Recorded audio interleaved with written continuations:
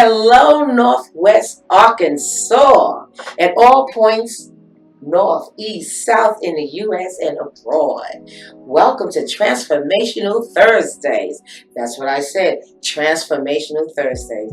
And I'm Evelyn Zakia Matthews and my partner, ATM, also known as Arthur Theodis Matthews. Good to be with you. Hey. And we are Elevated Dialogue. Yes, indeedy, we are back. We're on the same station, different time, different day. So what we're doing now is Thursdays, 6 p.m. to 8 p.m. every other week. Yes, indeedy, every other week. And we're going to try on that week that we're not here to give you a replay of the show that was previous, just so you can stay elevated and empowered, because that's what we are all about. Elevated dialogue, making sure that everyone that's listening have an opportunity to do that DIY project. And you know what that's all about? Tell them that's what DIY is. Elevating yourself, because you're the only one that actually knows exactly what areas you need to work on. With each week that we talk with you with the different topics, you're going to know exactly how much excavation that you might need to do. Sometimes you have to excavate.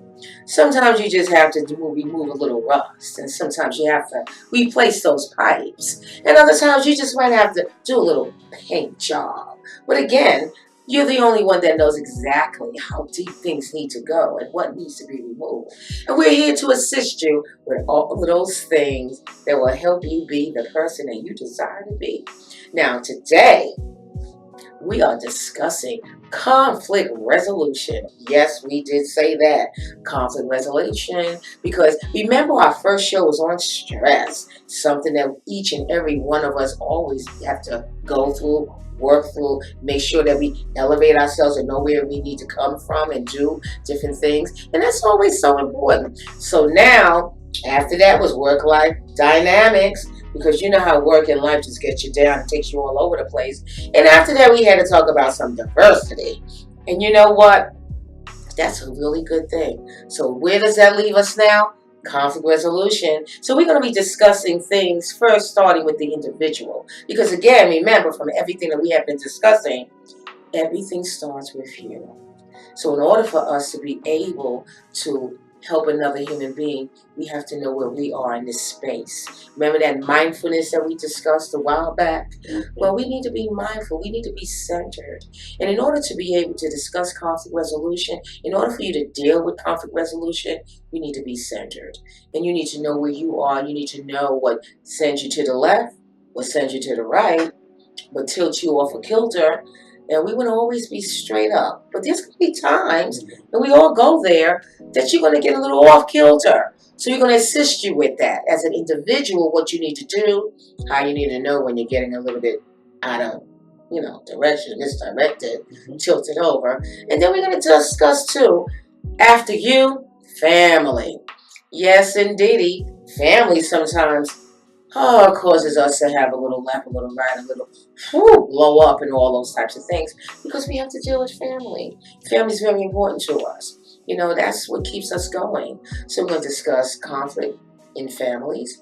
After family, we have organizations. Arthur, tell us a little something about that. Well, organizational conflict is alive and well. The average leader deals with conflict 25% of their day. In certain organizations and environments, it's more than that. The good news is that conflict doesn't always have to be dastardly, doesn't have to be combative. In fact, Albert Einstein said, in the middle of difficulty lies opportunity.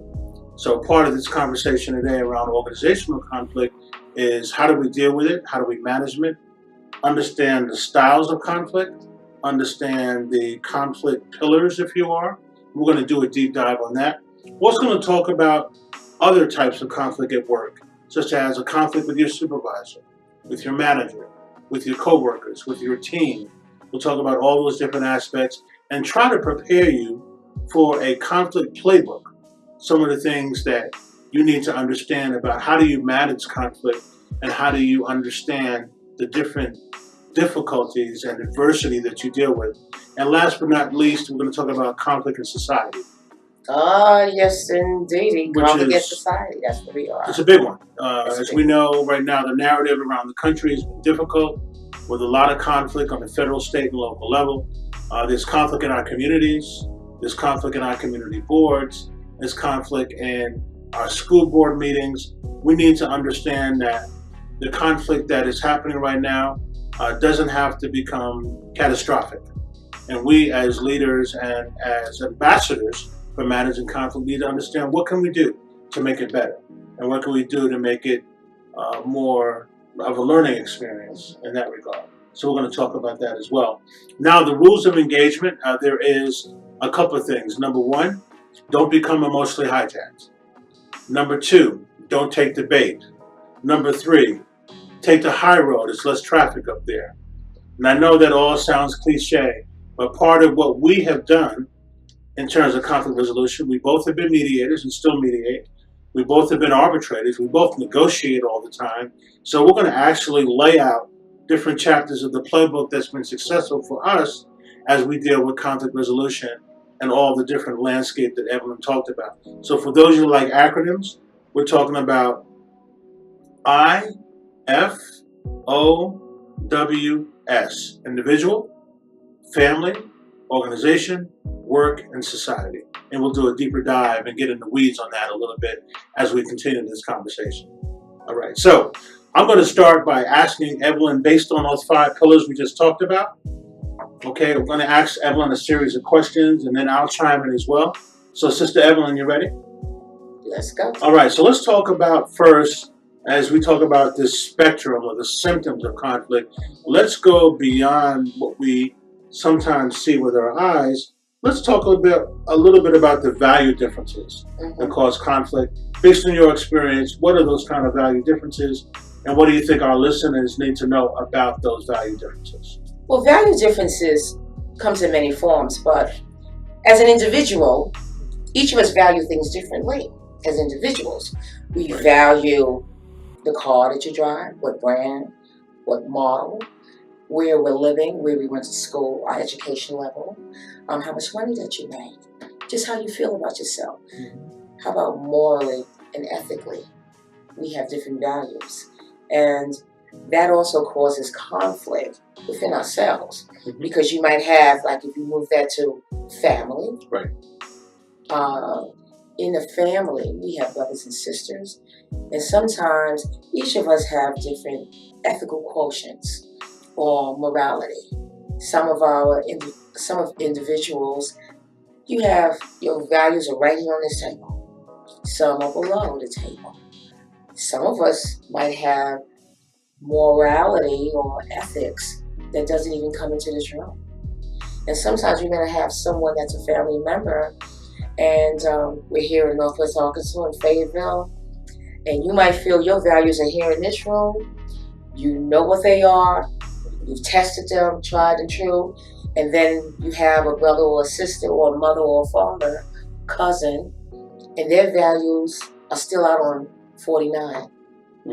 So our values can cause a lot of conflict in our lives because they're sometimes not always on the same page with the individuals that we know or family members that we know. And that causes strife, especially around the holidays, when people say, you know what, on Christmas, Kwanzaa, Hanukkah, or whatever you're celebrating, even birthdays. How about when people get married? When you marry someone, values come into play. What religion are you going to participate in? If a religion at all. There you go.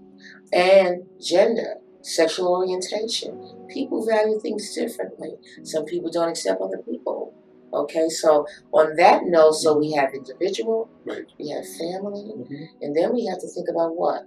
How about work? That's right. And because you have different values when it comes to yourself and your brothers and sisters, we like to tell people all the time, listen, we go to work and we have certain expectations of our co-workers. And you think our co-worker is going to arrive to work on time. Or how about perform the same amount of work or do the same amount of work that you're doing? Or perform in a particular way that's stellar. Right. However, they don't. Right. And we know that with family members, exactly how they're going to do. Some come to work or some do their jobs in the house. Others won't do any chores. Some people participate and share in the pot of paying certain bills. Right. That's how certain family members do that. Then you have others that's not going to engage in that. So we say We know all of this from our family because they're blood. We've been with them a lifetime. But when you go to work, Right. we got to expect the same thing from others that you don't live with. Right. We got to discover what they value. Coming to work on time, doing an 8-hour shift. And part of the values with work and organization, we're going to put those together, is a lot of organizations have mission, vision, and value statements that talk about what your behavior should be within the organization. And if you violate those mission, vision, and value statements, it can cause you to be reprimanded, it can cause you to be suspended, and eventually, if you violate those values that are part of the organization or work that you're doing with the organization and you're gainfully employed, that can also lead to being terminated and discharged. So we need to make sure that when we sign up to work for these organizations and we're working and we understand that they do have a mission, vision, and values, that was designed by the CEO as well as the board of directors or the organization that has promulgated those values, and that's important too. Yes, indeedy. So what we're going to do is take a break, and we're going to come back and start a society when it comes to values. We'll be right back. Welcome back, KDIV 98.7 listeners. And we got to give a special shout out to our folks on the West Coast. Yes, we saved you for last, but you're never last because you come in first anyway. You know, we love the West Coast. So I just had to give you a special shout out because I didn't give it to you in the very beginning. So we didn't want to leave anyone out. So as we move on, as before we went to commercial break, but I don't even have commercials because we are a public station, we're non-for-profit, because we do good things and making sure that we elevate individuals and empower our people. Nothing is based on money, but it's based on the human condition. And that's what makes 98.7 the voice of diversity different than other radio stations. So we appreciate you listening and being here with us because we love doing what we do. So we're going to continue with the value differences where we went when we took our break. We're going to continue with society. And society is very important to everything that we do because we started as individuals, but at some point in your life, we're going to be introduced to something that's so important to each and every one of us, which is society. Now, sometimes people decide that they would like to not be too involved in society for various reasons. People have had some drama or different things that happen in life. They don't like how things are going. But right now in a society we're in, value differences are very, very important. There's different nuances depending on where you come from. Not just in a state, but it could be in a county. It could be in a city. It could be in your own neighborhood. All of this is a part of society. And as we turn on our TV every day, and if you're not doing that, and we're listening to or we're reading the newspaper, however you're getting your news to find out about what's going on in society, as you can see, we have some way that we have to do some things to bring us together. And that's a good thing. And we're valuing things differently. It's very out there. You can't hide from it any longer because no matter where you turn, left, right, back, forward, which way you're walking, you're going to see the differences that people have when it comes to thinking, when it comes to belief. So these are things that we value differently, and we're very much it's out there in our society. And one thing that we can see about the conflict as it evolves in our society is very vivid, and it causes some fear. So people, it causes them to get up and to protest, to speak, to talk to their neighbors. And, even with amongst this conflict that's happening, it's a good thing because with conflict, it can cause people to have conversation, to be elevated. We're finding that in our society that we might have someone on the left saying things that might not be so great, or on the right saying something that's not too great. And then you have folks in the middle and on both sides might be saying, well, let's talk about that. Mm-hmm. How can we make things differently? Right. So again, in society, we value things differently in society because we're individuals, because we're family, because we're an organization. Mm-hmm. We will have some differences. So that's one thing to say about society. We're going to go more about that a little bit more. And just something that I was thinking about when we were talking is when we have these value differences, and we've mentioned this in our prior show, but it's worth mentioning again today, we have a term that we have coined and we have embraced, and we have catapulted to greatness. It is called respectful contrary. So even if we have different values, let's not be positional to the fact that we can hurt somebody else or cause somebody harm. Let's respect each other. If Reggie or Brody, who are our colleagues who are with us, uh, have differences with each other, perhaps we can respect one another, although we can have those differences. So we can have substantive differences of opinion, but as long as they're not personal, and that's a good thing. We can have the different values.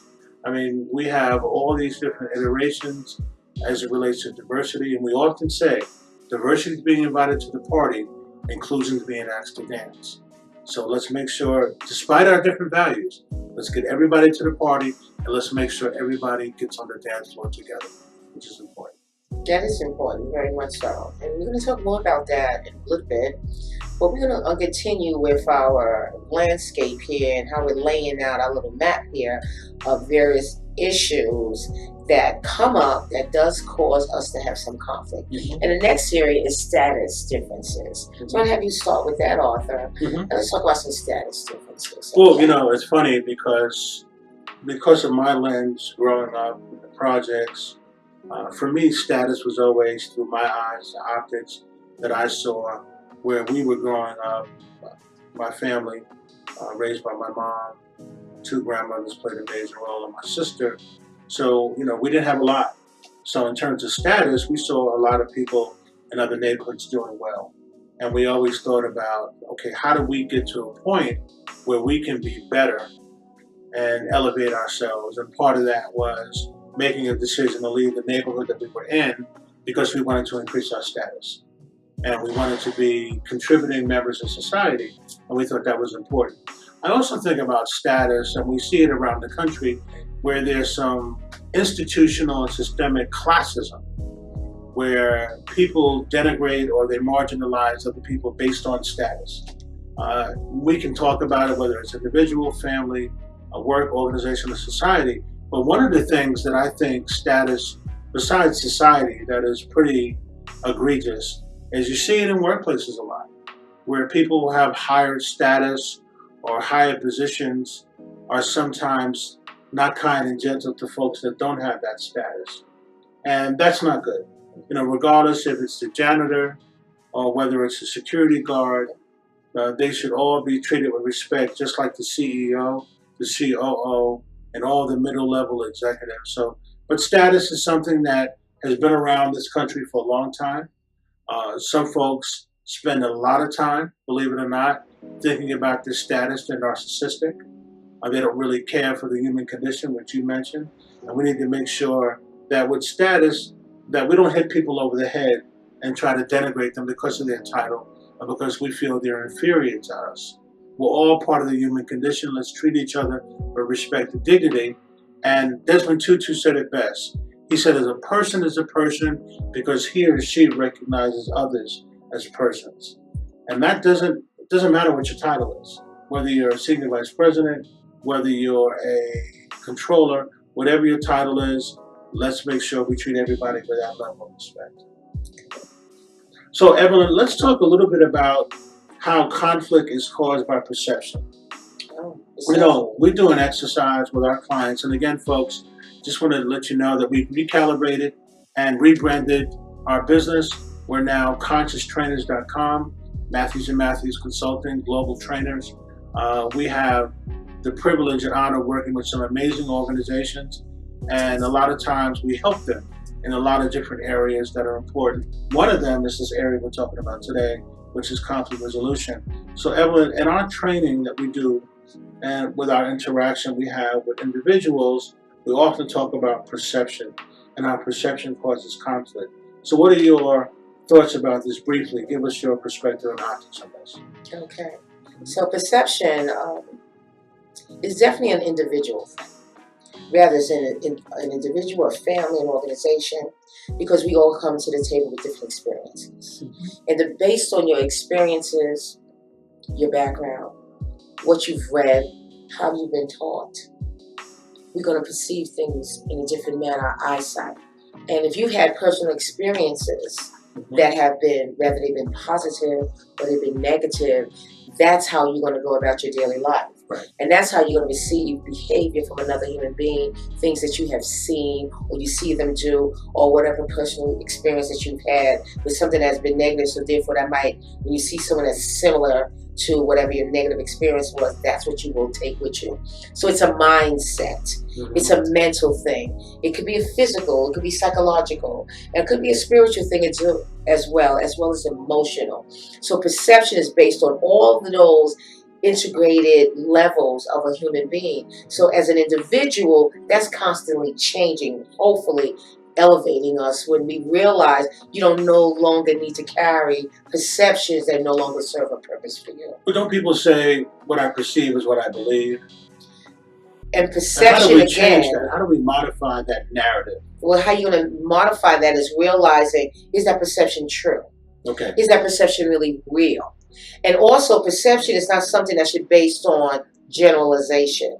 And that's what happens too when we generalize one event and we make it all about that in our life on a daily basis. Right. So we need to not do that. And as you talked about your family when it came to status, people, those are things that you have perceived and people perceive growing up in their younger years. And sometimes they take those experiences into adulthood. But as we age, as we get older and we embrace more individuals and more experiences, it should change your perception that you no longer need, or that was something that you grew up in, or something that was told to you, something that you read about. So actually experiencing something, reading, becoming educated about it, it can bring a little more logic and understanding of another person. Right. And you realize that I no longer need to carry something that doesn't serve my purpose but keeps me down. Okay. So perception is something that should change over time based on your experiences, whether you're an individual, family, an organization. This is why we always have to do organizational change. Right.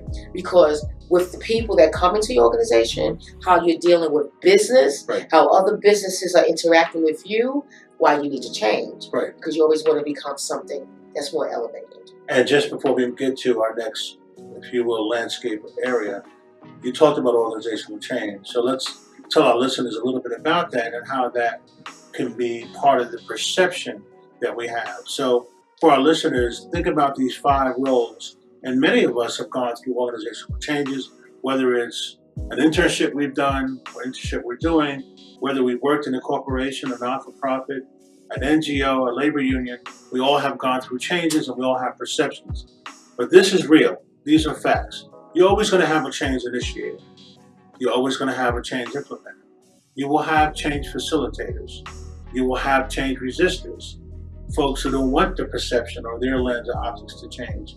And then you're going to always have change recipients. And if we're going to, that's very important what you just said, because why are we going to have resistors? And why people don't want to perceive a new nuance? Because I'm comfortable. I don't want to perceive. Well, that's when it comes to change. And change, what we need to understand, is not something that the human being does easily. It's something that's very difficult for us to do because we are comfortable. We also are afraid. We do have fear. You rather run from something that is new, that might be a challenge, and then you don't want to perceive, or you don't really want to get into something new. It's kind of like when you got those comfortable jeans or those comfortable boots. I don't wear jeans. Okay, you might have whatever pair of clothing that you have. We're not going to name that on the air, but everybody has something that you're comfortable with. Sometimes people are wearing that same T-shirt or that school sweatshirt that you had since high school. That was 50 pounds when you were a little 50 pounds less. But you're still wearing it, and your partner wants to throw it away, and every time the partner puts it in the trash, you bring it on in. So change is not easy, but it must be done. It takes time. You got to wiggle your foot into that boot. You have to break the boot in. Change is something that comes over a course and a period of time. You don't do it easily, but we must do it so that we can be better. So you know what this is time for right now? We're going to have a change. We're going to go to a break. We're going to give you time to go get that cup of coffee, get your orange juice, that bowl of fruit, something that's going to nourish you. And we're going to be right back. 98.7 KDIV. All right, welcome back. Yes, thank you, listeners. I hope you got that orange juice in that fruit bowl. It's really wonderful. We want to make sure we eat nutritiously because that keeps us going and that helps with the conflict, folks. So we're back and we're gonna go on KDIV 98.7, Voice of Diversity. So we're gonna continue now with divergent goals. Okay, so what do you want to know about divergent goals? Just what we've been discussing. We want Okay. to talk about it as an individual. Sure. If you haven't, just loop it all in. Okay. So here's the thing. I want to start with organizations. And for those of us out there that work with various organizations that we try to make an impact on, there are SMART goals that we've heard and seen, and those are specific, measurable, attainable, realistic, time-bound. And that's fine. That's a structure that a manager has with their subordinate. That's fine. But sometimes in organizations and at work, people have different goals for a lot of reasons. Number one, because they want to be lockstep with the majority. Number two, folks have different goals because you have people that are saboteurs. Let's just be really candid about it. There are people right now, as you're listening to our show, who are thinking of making your day miserable tomorrow, which is Friday. And you need to understand that they have their goal in life is to make you miserable. And you can make sure that you don't fall into that trap by not being brought into their web of destruction and making sure that you're not being emotionally hijacked, which we'll talk about later. The other thing with different goals, sometimes when we're around a table and we're talking to each other, even family members, everybody has different goals. We talked about a concept earlier where we talked about we can have different goals, but let's make sure that in the final analysis, everybody's ideas are heard, everybody gets validated, everybody gets a chance to speak what's on their mind, but have a respectful process. And then as long as we can get some level of alignment from a majority of the people, it makes for a good thing. Different goals is not anything that's new. It's been around a long time. It just matters, how do we harness those different goals? Can we incorporate your goal and my goal to make a joint collaborative goal that has ingredients of both?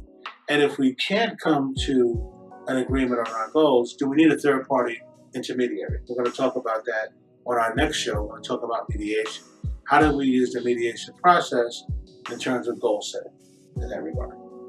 The other thing to add with that, as well as you're talking about making sure that we are hearing one another, making sure that you're listening. But in order to do so, you need to make sure that as we're having the conversation, that I'm not already thinking about a rebuttal to what you said. I'm not already saying but.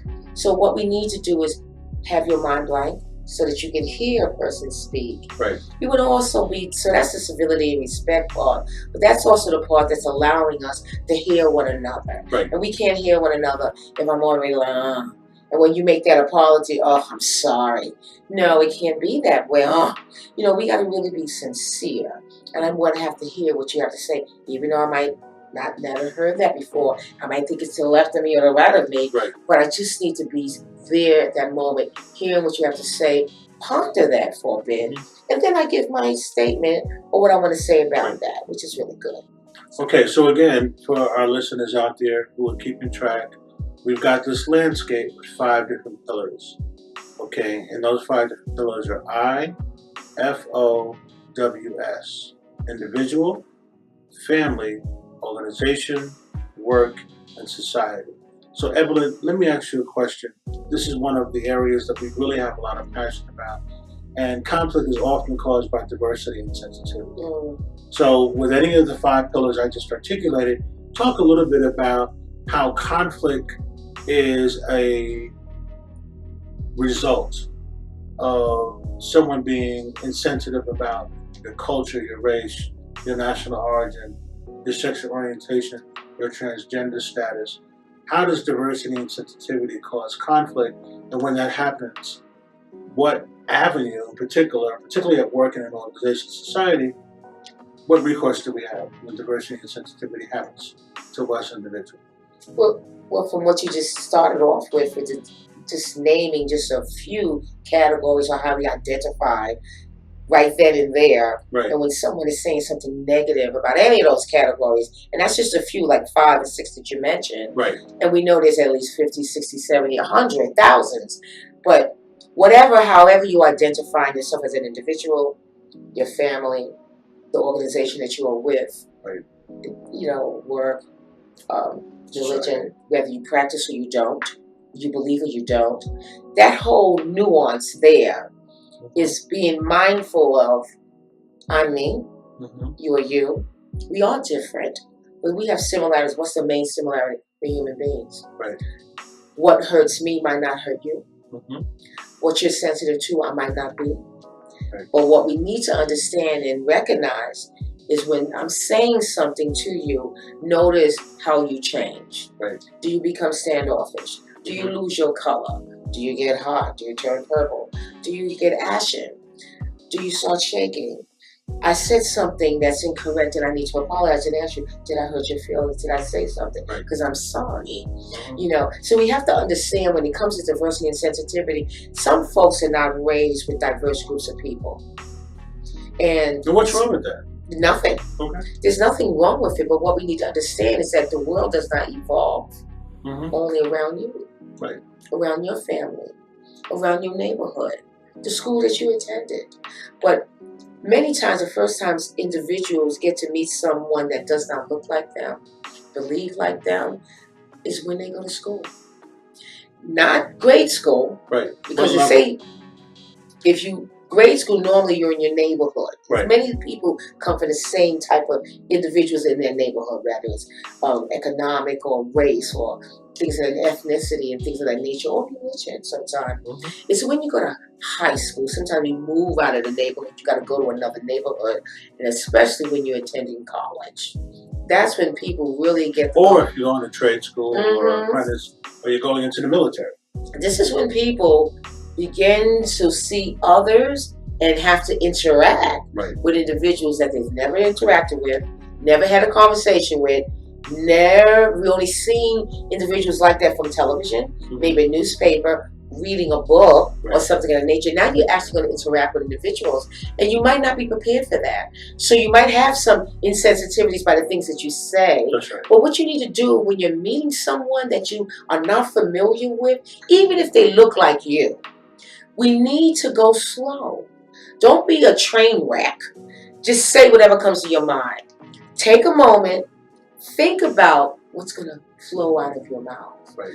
Be concerned. There's a reason why we have barriers to our tongue before it lets loose on another individual. What's the barriers? Your teeth, your lips, your brain. Right. That allows you to, some of us have something sitting on the left and right saying, don't say that.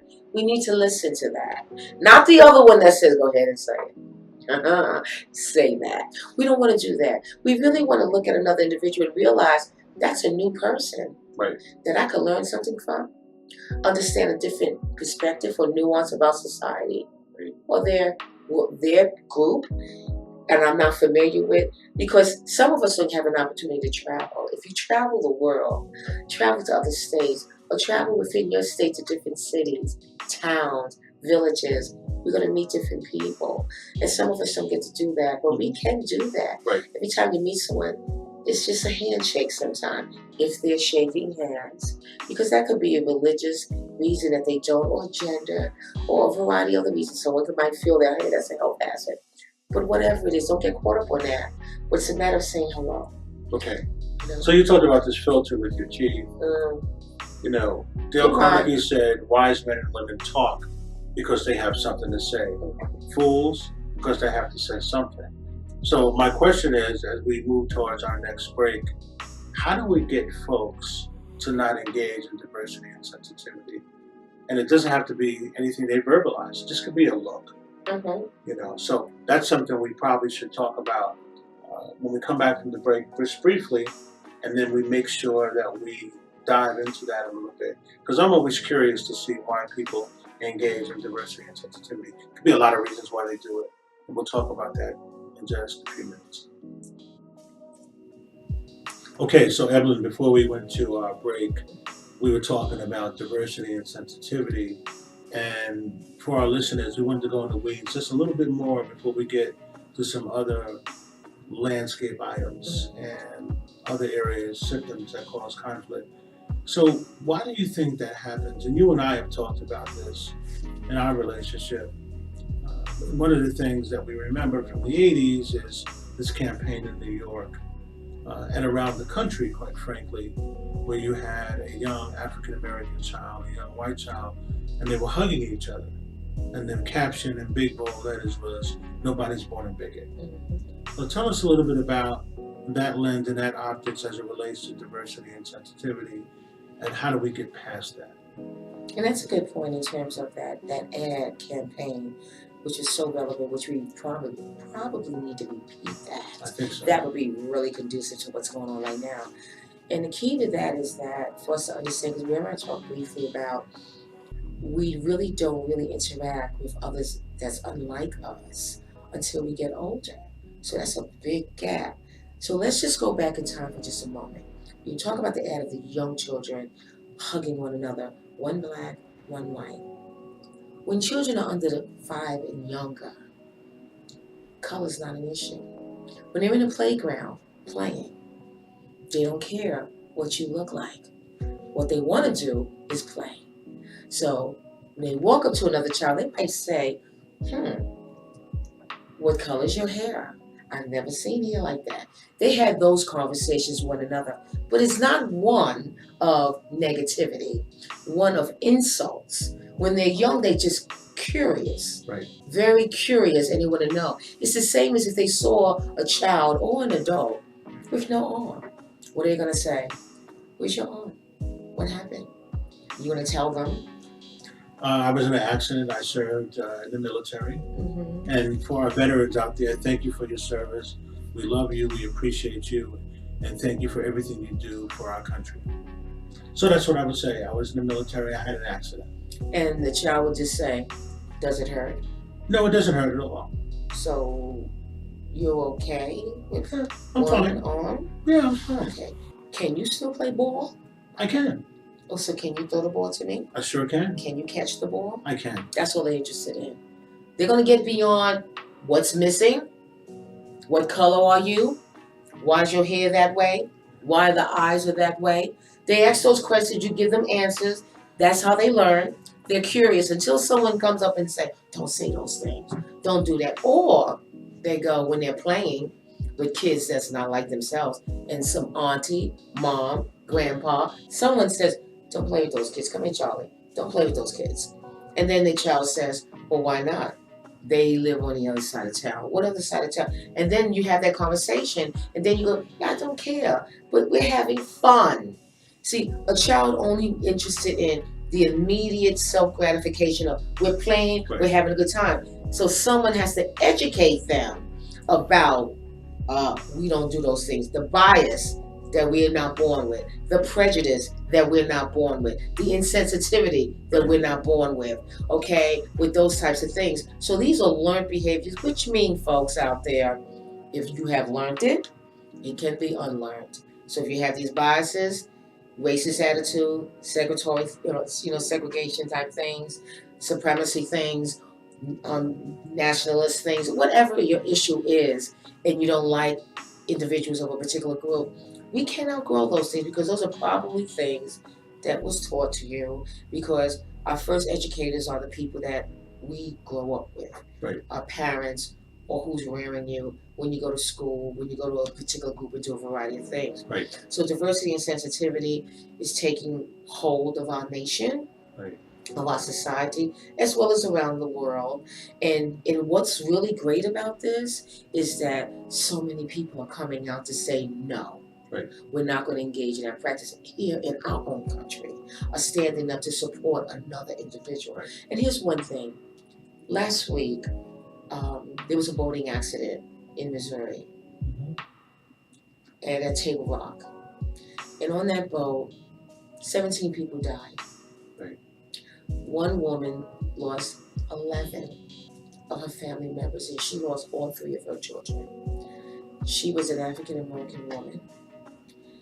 And that night, when they had a service and a vigil for her.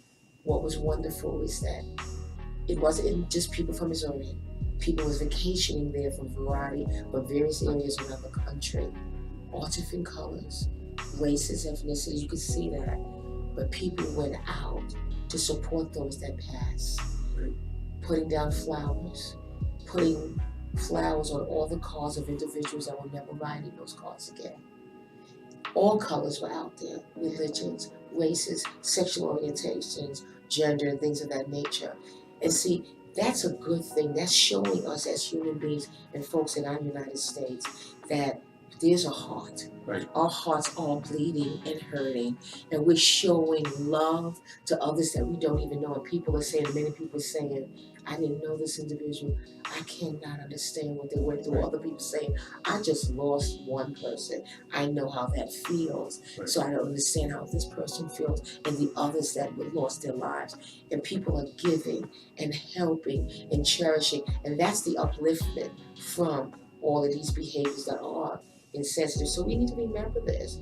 Diversity and sensitivity can be overcome. We're showing this every day. And when you make a mistake and you offend someone, do it quickly. Make sure you apologize, but it needs to come from the heart. Don't just give one, Right. turn around and say, a backhand slap. Mean what you say. Walk the walk, talk the talk. Okay. All right. All right. How about role obligations? Okay, so role obligations takes on a different dynamic in so many ways. Let's talk about the role an individual has and how they decide what their trajectory is going to be and what their sojourn is going to be. And sometimes the role of individuals that decide that they're going to be saboteurs and they're going to be hateful and they're going to be the pot stirrers at work. And here's a statistic, and this is all about role at work in organizations in particular, and even in society. 10% of an organization's employees consumes 90% of the challenges. So it's a small percentage of individuals who decide, I'm going to be the frequent filers. That's right, folks. I said frequent filers. They're going to be the ones that lodge complaints, lodge the grievances, cause the challenges, stir the pot, cause divisions institutionally and systemically on the team, because they get so much joy of playing that role. And that may not be their natural habitat, but because they're miserable, because they're going through a major life-altering event, they decide they're going to share the pain. So a lot of times with conflict, a person takes on that role and they decide, okay, I'm going to make your life miserable at work. I don't really know you at all, but I'm going to make you miserable at work because I'm miserable. So we just need to know that we control our own destiny. We control how we respond to emotion. So that's my perspective on roles. You know, that you could say, in everything that we're discussing, even though we're doing a landscape for you, they work with all the others. Everything is connected. Right.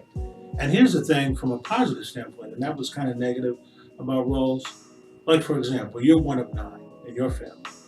The role that you de facto took on at an early age is the role that you played in terms of conflict, is you were the natural mediator for your family. So whether it's your older siblings or your younger siblings, Evelyn Sakia Matthews decided to play a conscious role. It's probably part of her DNA too. You know anything about her parents and how they were activists. The role she plays is that as a mediator, and that's a positive thing. So when conflicts come up in the family, she's the one that naturally says, let's sit down and talk about these, and let's have a conversation about it. Let's have elevated dialogue. So we're going to take a short break, and we'll be back with you. 98.7 KDIV, the voice of diversity.